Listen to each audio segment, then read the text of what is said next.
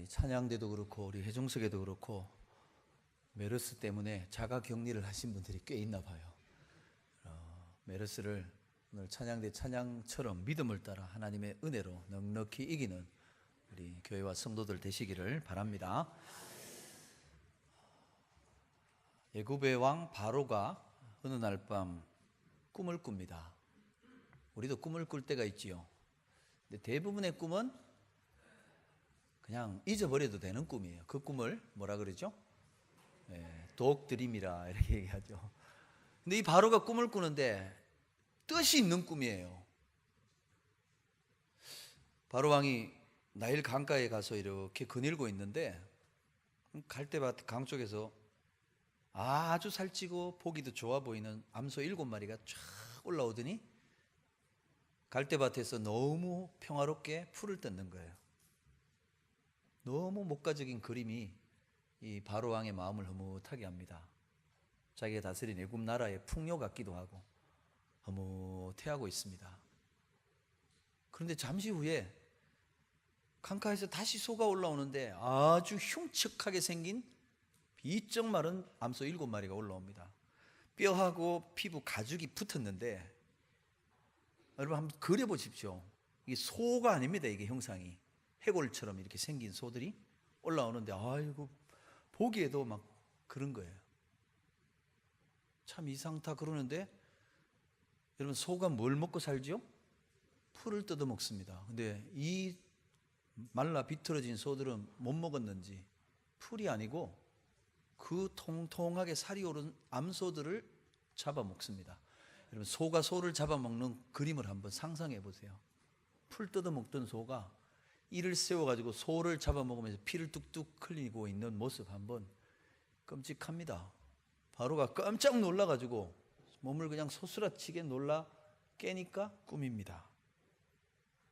뭔 꿈이지? 웬 꿈이지? 이러다가 또 잠이 드는데 이번에는 곡식이 이렇게 쭉 자라오는데 이삭이 피어나는데 거기에 알곡이 주렁주렁 달려있는 충실한 이삭이 7 이삭이 쫙 올라옵니다. 여러분 살찐 소나 아주 열매가 주렁주렁 달려있는 이삭을 보면 항상 기분이 좋아요. 여러분 꿈에도요 그런 꿈 꾸면 좋잖아요. 그런데 잠시 후에 바람에 말라 비틀어진 쭉정이만 남아있는 형편없는 이삭 7개가 쫙 올라오는데 기분이 안 좋아요. 근데 이번에도 그 말라 비틀어진 이삭이 알곡이 가득 찬 7 이삭을 확 삼켜버리는데 흔적 없이 사라져버립니다. 기겁을 하고 화들짝 일어나니까 꿈입니다. 너무 불길한 꿈을 꾸고 나니까 잠이 안 옵니다. 이리 뒤척 저리 뒤척 하다가 날이 밝아 아침이 됩니다. 뜻이 있는 것 같긴 한데 무슨 계시가 담긴 꿈인 것 같은데 무슨 뜻인지 뭘 얘기하는 건지를 알 수가 없는 거예요. 그래서 자기는 왕이니까 그 나라에 똑똑하다고 지혜롭다고 하는 사람들을 다 부릅니다. 불러가지고 꿈 얘기를 합니다. 내가 간밤에 이런 꿈을 꿨는데 뜻이 있고 계시가 있는 것 같은데 뭔 일을 이야기해 주는 건지 모르겠다. 한번 해석해보라 이렇게 얘기합니다.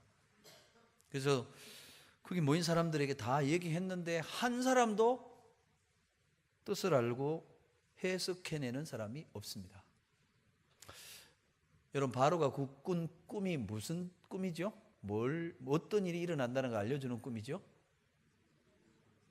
7년 풍년이 있고 그 다음에 7년 흉년이 이어진다 그런 꿈인 거 여러분 어떻게 아세요?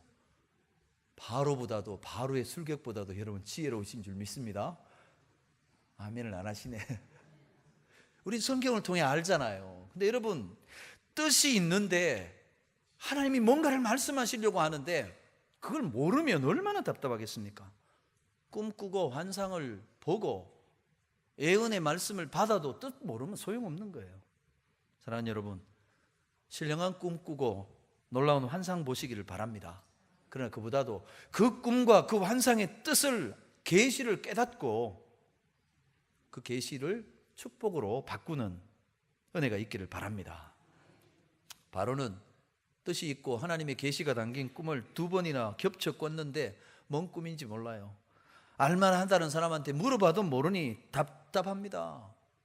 여러분 이럴 때 어떨까요? 뭔가 큰일이 일어날 것 같은데 뭔 일인지 모를 것 같아요. 아무리 물어봐도 아무도 몰라요. 그럼 어떻게 했습니까?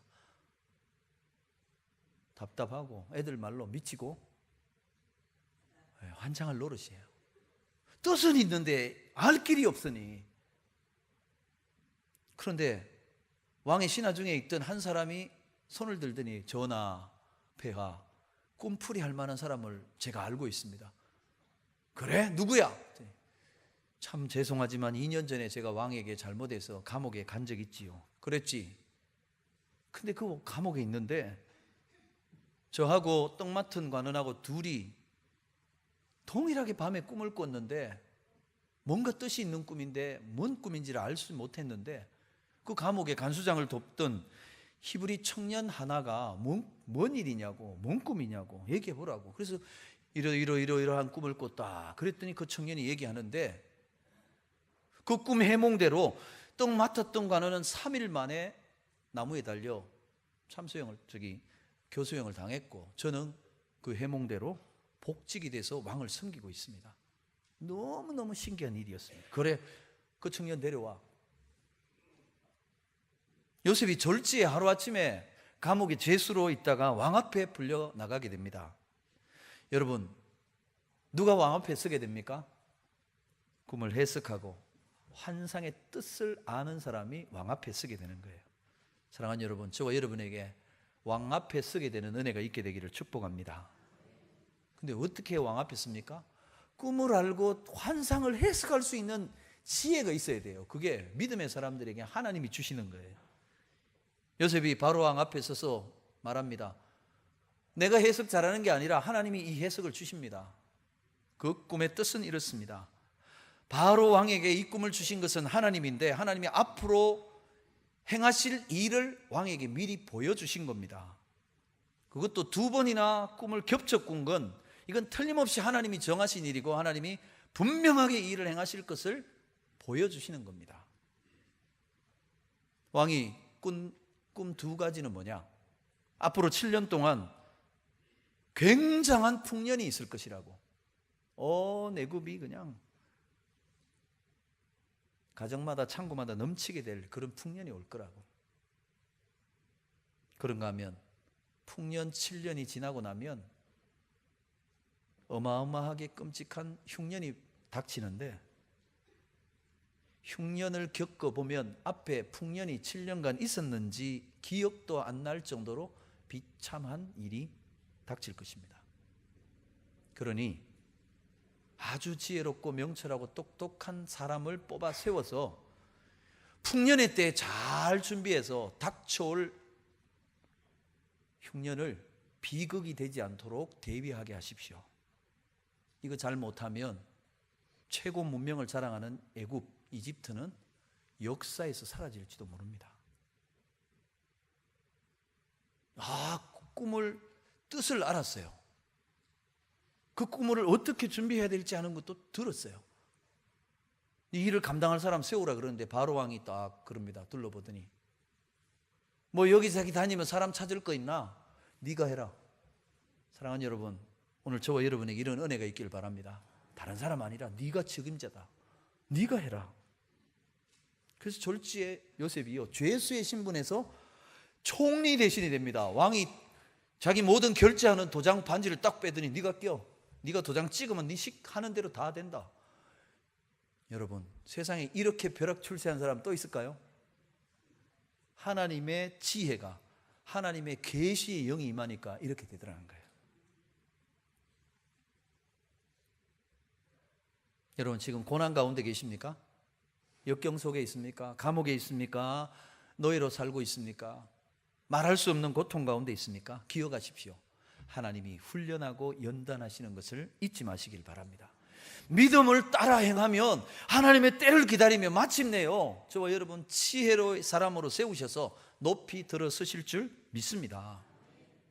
그래서 믿음의 사람들은요 아무것도 어떤 일도요 망하거나 저주받을 일 안 해요. 감옥에 가도 노예로 살아도 내 사업이 안 돼도요 내 건강에 어려움이 있어도요 그거 다 하나님의 합력하에 선을 이루시는 줄 믿습니다. 그러니까 하나님 믿는 믿음으로 신실하게 하나님의 때까지 나가시기를 바랍니다. 그러면요, 노예가 죄수가 대제국 애굽의 총리가 되는 일이 벌어집니다. 근데 우리는 어떻게 하느냐? 조금만 더 믿음으로 인내로 훈련을 준비하며 나가면 총리가 되는데 못 기다리고 걷길로 나가는 거예요. 믿음 다 잃어버려요. 요셉은 믿음의 연단을 잘 받았더니 총리가 됩니다. 해석한 대로 7년 풍년이 애굽과 온 땅에 임합니다. 요셉은 애굽 전역에다가 곡식 저장 창고를 짓습니다. 어마어마하게 크게 지어요. 그리고는 풍년 곡식에 남아도는 곡식들, 여러분 풍년 되면요 값이 떨어져요. 애굽 농협에서 추곡 수매를 합니다. 좋은 거 골라가지고 사들이는데도요 아주 헐값에 가장 최상품을 다 거둬들입니다. 여러분 그런데도 돈 받고 파니까 좋잖아요. 막 팔아가지고 창고마다 막 산더미 같이 쌓아둡니다. 창고가 무너질까 걱정될 정도로 가득가득 채웁니다. 그런데 그 풍년 7년이 좋은 시절이 지나갑니다. 여러분 좋은 시절은 빨리 갑니까? 천천히 갑니까?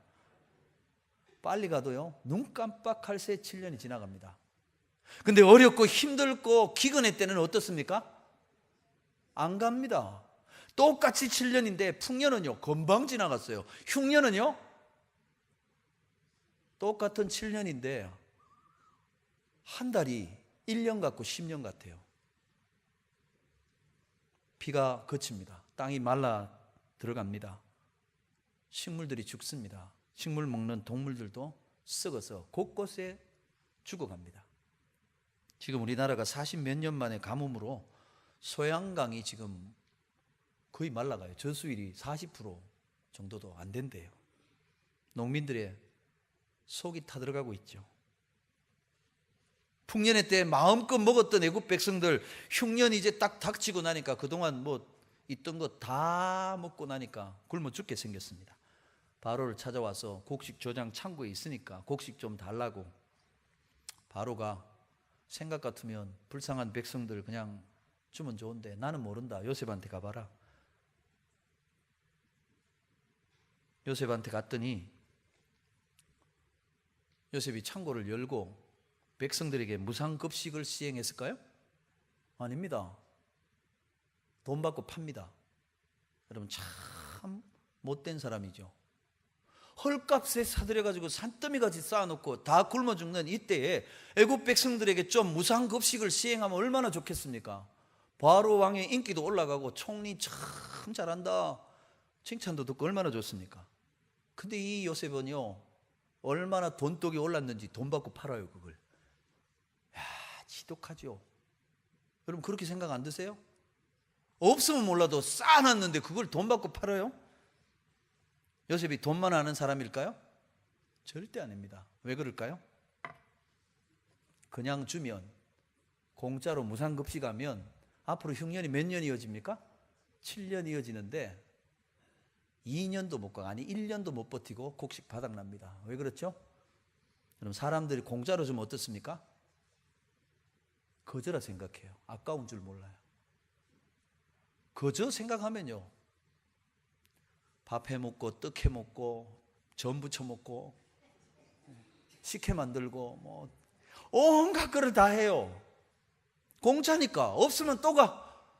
요셉아 곡식 주라. 무상급식 한다며. 바가 자루 들고 가 내놓으라 그러는 거예요. 흥청망청 됩니다. 아무개는 2자루 가져가는데 와 우리는 1자루밖에 안 주냐. 이러면 어떻게 될까요? 아무리 산더미 같아도요 순식간에 사라집니다. 그거 너무 잘 알아요. 그래서 요셉이 돈 받고 파는 거예요. 여러분 돈 주고 사면 어떨까요? 아까워요.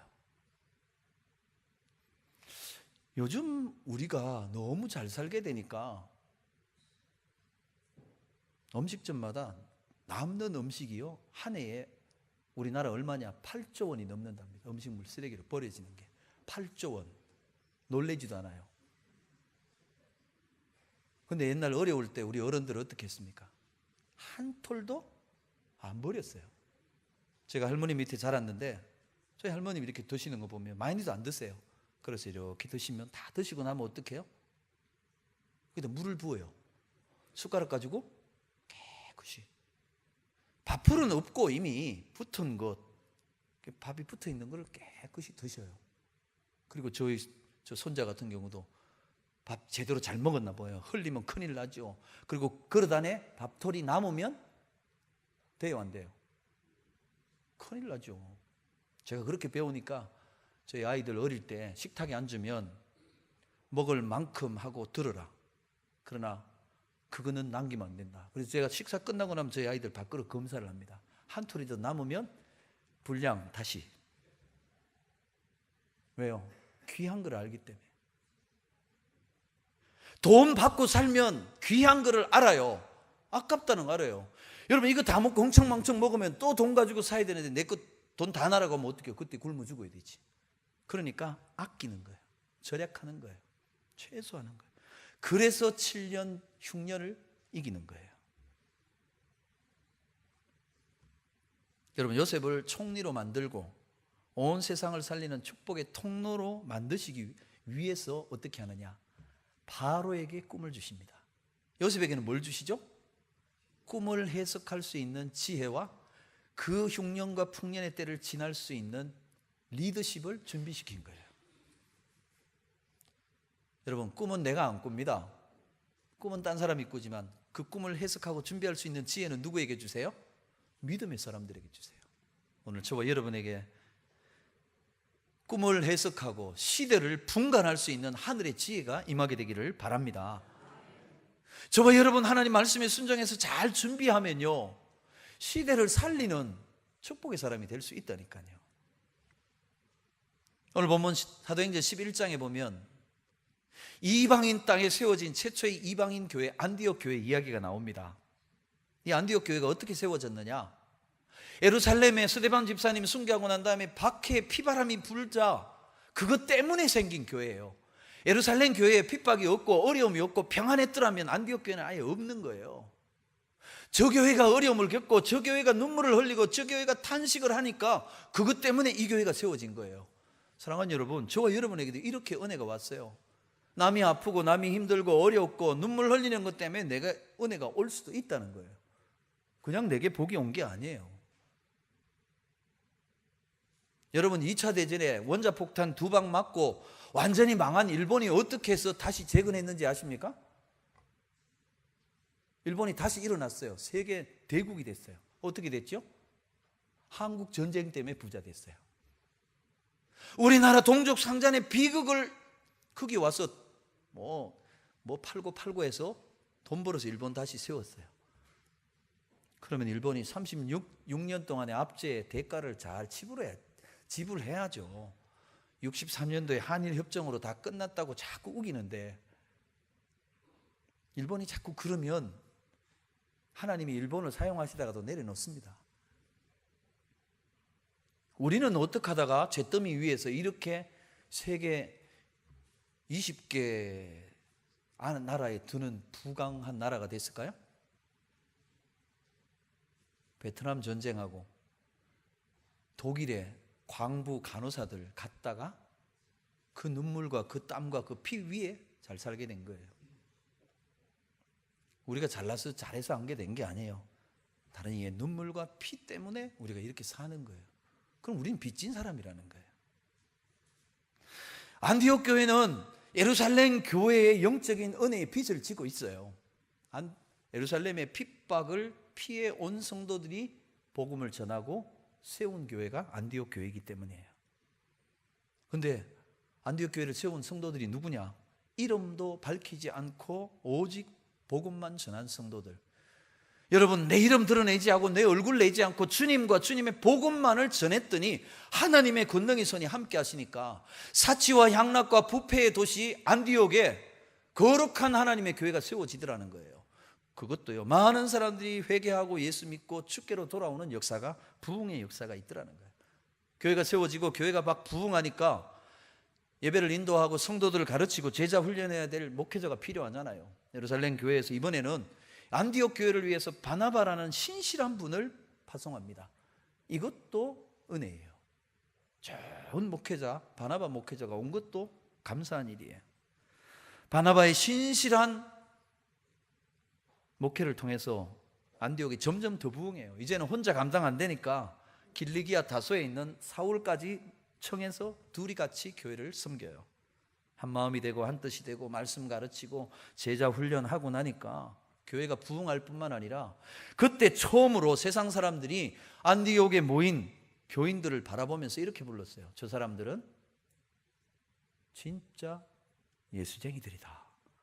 성경대로 하면 그리스도인이다. 이렇게 불렸어요. 여러분, 안디옥 성도들이 하루 신앙생활하는 게 얼마나 재밌었겠습니까? 좋은 목회자들을 통해서 하나님의 말씀 받아 먹지요. 세상 사람들이 다 칭송하지요. 얼마나 신났겠습니까? 얼마나 행복했겠습니까? 근데 바로 그때 예루살렘으로부터 선지자들이 안디옥으로 내려옵니다. 여러분, 말씀 전하는 주의 종들이 우리에게 온다는 건 축복입니다. 별로 아멘을 안 하시네. 여러분, 하나님의 말씀을 들려주는 하나님의 사람들이 있다는 건 큰 은혜예요. 여러분, 물질에 사업이 성공하고 대박 나는 게 축복 아닙니다. 하나님의 말씀이 들려오는 게 은혜예요.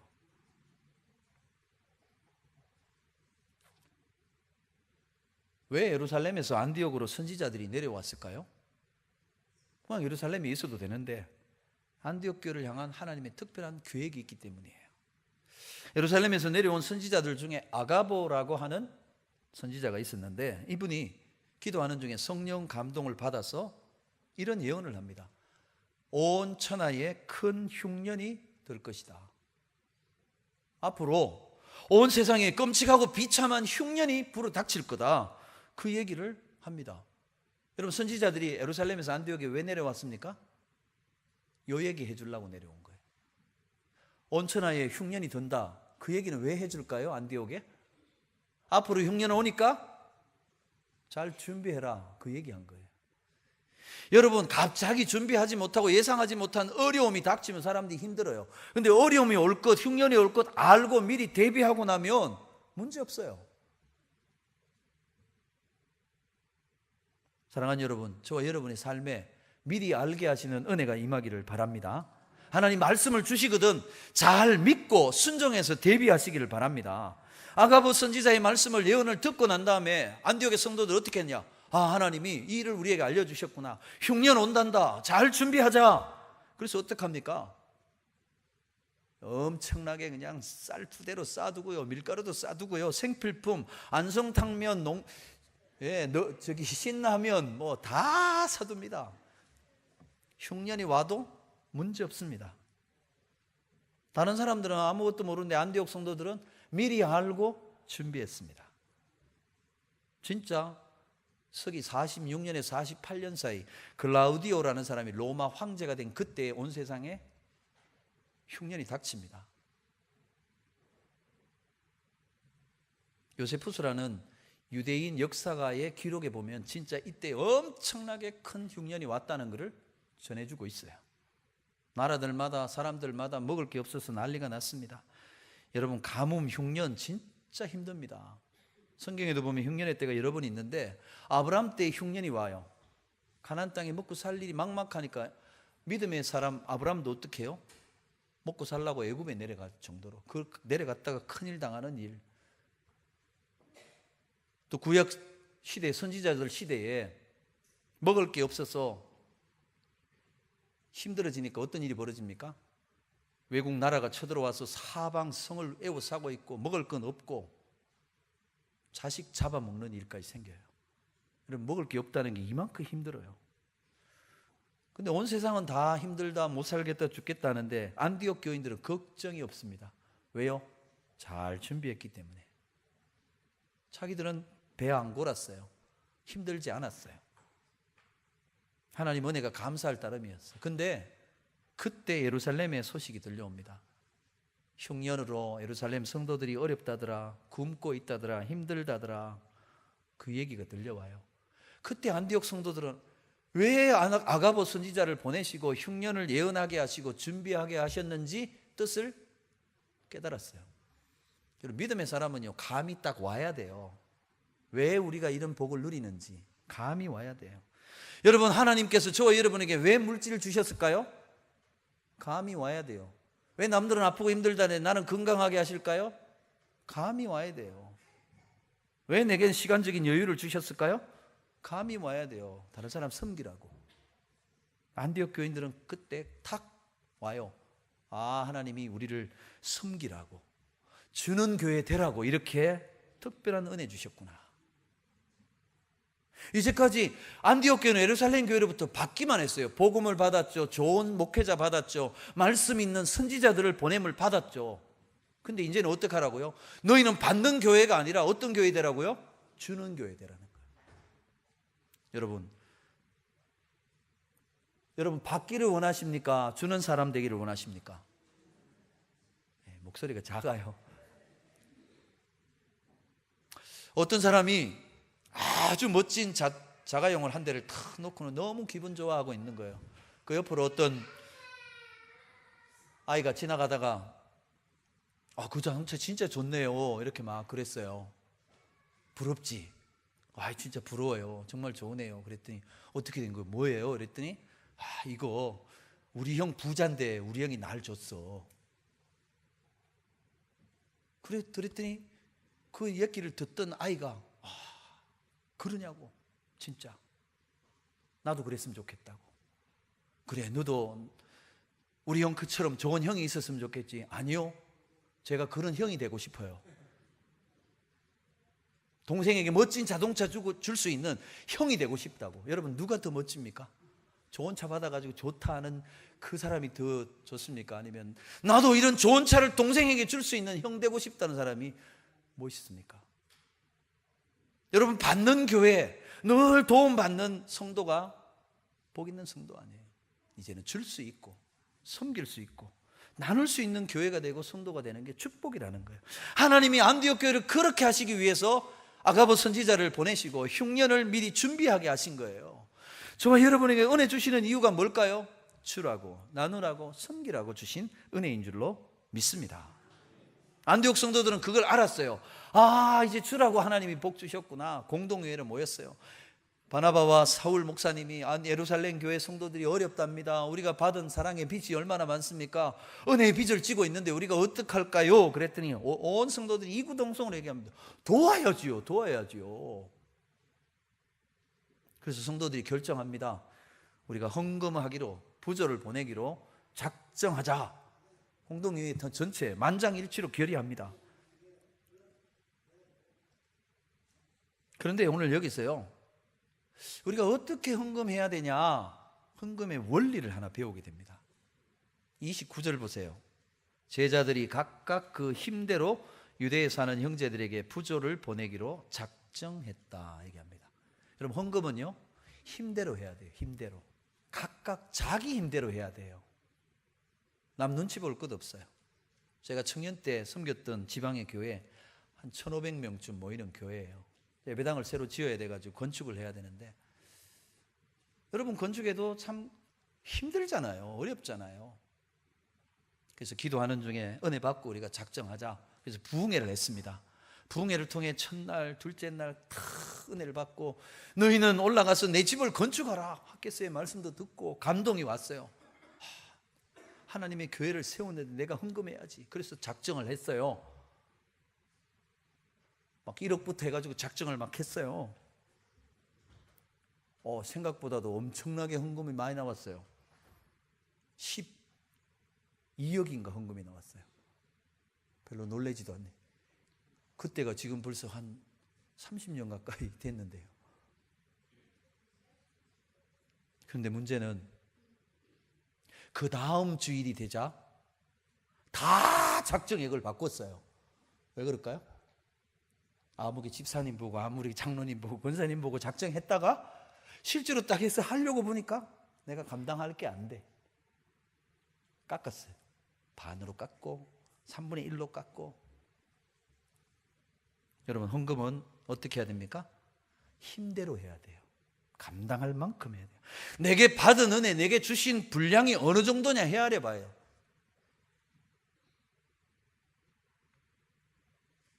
여러분 물질을 드리고 하나님 앞에 헌금할 때 힘대로 하시기를 바랍니다. 힘대로라는 건 믿음의 분량대로라는 거예요. 괜히 남 흉내 내지 마시고요. 아나니아 삽비라가 바나바 흉내 내다가 헌금하고 저주받아 죽은 사람들이에요. 믿음의 분량대로 해야 돼요. 그리고 내게 주신 은혜만큼 해야 돼요. 그때 하나님께는 영광이, 우리에게는 기쁨과 축복이 될 줄로 믿습니다. 안디옥 교회 교인들이 예루살렘 교회의 어려움을 알고 다 작정합니다. 헌금을, 부조를 보내기로 합니다. 그런데 문제는 29절하고 30절이 바로 이어진 게 아니에요. 자, 우리 헌금합시다. 그리고 다 갑자기 다 지가 꺼내더니 헌금했을까요? 여러분, 작정은 했지만 헌금하려면 시간이 필요하잖아요. 준비해야 되잖아요. 어떤 분이 큰 감동이 와가지고 어떤 결단을 했어요. 나는 적금을 깨겠다. 나는 통장을 헐겠다. 뭐 여러 가지가 다 있을 거 아니에요. 작정하고 실행하는데 시간이 최소한 한 주는 필요해요. 여러분, 작정할 때는 감동이 있고 은혜가 있었어요. 실행하려고 하면 어떨까요? 이 마음이 이 마음일까요? 여러분, 사람 마음이 희한합니다. 아나니아 삽비라가 바나바를 보고 땅 팔아서 전부 드려야지라고 마음에 감동하고 작정을 했어요. 땅을 팔아가지고 바치려고 돈을 딱 앞에 놓고 보니까 어떻죠? 뭔 생각이 나요? 본전 생각. 작정은 했지만 못한다. 근데 안디옥 교인들은 어때요? 충분히 마음이 바뀔 수 있는 시간이 있고 상황이 있고 이 핑계가 있었는데 작정한 대로 실행합니다. 여러분, 안디옥 교회가 성도들이 작정은 했지만 실행하지 않을 만한 이유가 많아요. 우리가 돕는 교회가 어떤 교회예요? 우리 교회를 개척한 모교회고 큰 교회예요. 예루살렘 교회는 한때는요, 얼마나 교회가 부흥했는지 교인들의 헌금 관리하려고 집사님들을 7분 세워야 될 정도로 큰 교회였어요. 우리는 개척교회고 우리는 도움받는 교회인데 우리가 뭘 돕냐고. 예를 들면 이렇습니다. 우리 염리교회가 필리핀에 어떤 교회를 개척했어요. 베트남에 어떤 교회를 개척했는데 한국이 지금 경제 위기로 어렵다. 그래서 그 교회가, 개척교회가 헌금을 그냥 예의상 체면상 한 게 아니고 힘대로 힘을 다해가지고 진짜 도움이 되도록 헌금을 보낸다고 생각해 보세요. 힘든 일이에요. 쉽지 않은 일입니다. 그리고 예루살렘 교회는 유대인들 교회예요. 유대인들이 이방인들을 얼마나 우습게 여겼습니까? 예수 믿었지만 그래도 우리는 선민 이스라엘이다, 너희는 이방인이다. 이게 차별이 많았어요.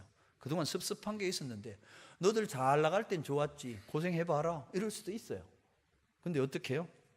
하나님이 주신 은혜만을 생각하니까 그것저것 다 안 따지게 되더라는 거예요. 그 교회가 모교회고 우리 교회를 개척했고 유대인들 차별의식이 있고 그런 거 하나도 생각 안 했어요. 내게 주신 은혜를 가지고 사랑의 마음으로 섬긴 거예요. 사랑하는 여러분, 저와 여러분에게도 이런 은혜가 있게 되기를 바랍니다. 참된 믿음은 뭐냐? 결심하고 작정하는 데서 끝나는 게 아니에요. 결심한 대로 작정한 대로 내가 온전히 순종하고 행하는데 믿음이 있어요. 그래서 야고보 사도는요, 행함 없는 믿음은 죽은 거라는 거예요. 말로 하는 거 아니라는 거예요. 작정하고 결심했지만 행동으로 옮겨지지 않는 믿음은요, 죽은 믿음이라는 거예요. 사랑하는 여러분, 하나님 앞에 은혜로 결심하고 작정했습니까? 신실하게 행할 수 있는 저와 여러분 되시기를 바랍니다. 힘대로 헌금을 했어요.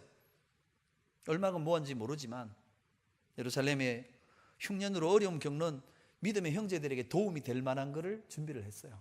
뭐 어떻게 해야죠? 전해야 되잖아요. 우리가 가서 어떻게 할까요? 예루살렘 교회에다 전보를 보내는 거예요. 여러분, 어렵다는 얘기 듣고 우리가 헌금을 마련했습니다. 구호금을 마련했습니다. 그러니까 빨리 와서 받아가시오, 이럴 것 같잖아요. 내가 너 도우니까 고마운 줄 알고 왔어, 두 손 벌리고 받아가, 이럴 수 있잖아요. 세상이 대부분 그렇습니다. 여러분, 정치인들 한번 보세요. 꼴랑 얼마 되지도 않는 것 그거 전하면서 어떻게 합니까? 신문사, 방송사에 연락을 해요. 기자들이 카메라 들고 와요. 그 와야 또 전달식을 해요. 또 사진 찍어, 잘 나오게 찍고 그다음 기념 촬영하고. 근데 믿음의 사람들은 그렇게 하면 안 됩니다. 주님 뭐라고 말씀하십니까? 오른손이 하는 일을 왼손이 모르게 하라. 여러분, 돕고 섬기는 건 지혜가 필요해요. 내가 너 도왔잖아, 내가 너 돕는다? 광고하는 거 아니라는 거예요. 왜 그럴까요? 내게 아니니까. 안디옥 교인들이 잘나서 그런가요? 하나님이 흉년을 준비하게 하신 은혜를 주셔서 그런 거예요. 내게 더 많아요. 남들은 어려운 내게 더 있어요. 왜 그럴까요? 이거를 돕고 섬기는 일에 유통시키라고 맡겨주신 거예요. 여러분, 하나님께 헌금 드렸습니까? 성도들의 물질로 섬겼습니까? 깨끗이 잊어버리시기를 바랍니다. 하나님 주신 것 가지고 했을 뿐이다. 상이 하늘에 서 있습니다. 안디옥 교회는요, 예루살렘 교회에다 와서 받아가 이러지 않았어요. 직접 가서 전했어요. 누가요? 아무나 보낸 게 아니에요. 안디옥 교회의 목회자들인 바나바와 사울, 교회 최고 대표들이 이 물질을 들고 직접 갑니다. 예의와 정성을 다 갖추어서 받는 사람이 미안하지 않게, 그것도요, 온 교인들 다 불러가지고 자, 안디옥 교회가 이렇게 합니다. 광고 안 했어요. 누구에게요? 예루살렘 교회의 장로님들을 만나서 안디옥 교회 성도들의 사랑을 공식적으로 전달을 했어요. 저는 이 그림을 보면서 너무너무 귀하다는 거예요. 누구에게 요란 떨고 광고하지 않았어요.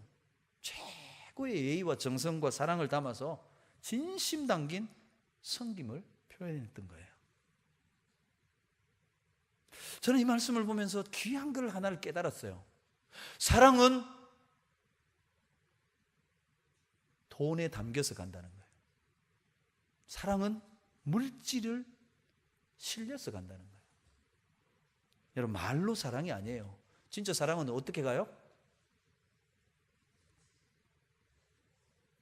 옛날에 TV 프로그램에 사랑은 뭐를 하고 했잖아요. 반드시 사랑은요, 돈이라는 그릇에 담겨가요. 여러분, 말로만이 아니라 우리에게 주신 하나님의 은혜들, 귀한 것들로 사랑을 나누고 섬길 수 있게 되기를 바랍니다. 안디옥 교회는 그동안 받았어요. 근데 이제 하나님은 주는 교회가 되게 하셨어요. 섬기는 성도가 되게 하셨어요. 그 안디옥 교회와 성도들을 하나님 축복하십니다. 어떻게 해요? 세상을 향해 주는 교회가 돼요. 복음을 주고 은혜를 주고 축복을 주는 교회가 돼요. 안디옥 교회가 이제 선교의 전진 기지가 되게 하십니다. 안디옥 교회는 주님이 친히 하신 말씀, 받는 것보다 주는 것이 복이 있다. 그 말씀을 실천한 교회예요. 사랑하는 여러분, 안디옥 교회 성도들 같은 복을 받게 되시기를 바랍니다. 받는 게 아니라 줄 수 있는 은혜가 있기를 바랍니다. 언제요? 지금이에요. 어떤 이들은 나중에 얘기해요. 나중에 잘 되면, 어떻게 되면.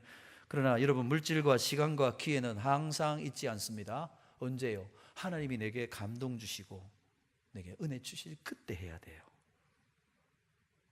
사도행전에는 중요한 두 교회가 등장하죠.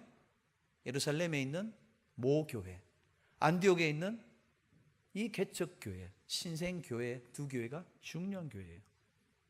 그런데 예루살렘 교회는요, 사도행전 12장까지 그 모든 이야기가 끝이 나요. 15장에 한번 나오긴 하는데 그때는 총회로 모인 얘기예요. 12장에서 예루살렘 교회 이야기가 끝이 나요. 왜요? 예루살렘 교회가 처음에 복음을 주고 많이 줬지만 받는 교회가 되어버렸어요.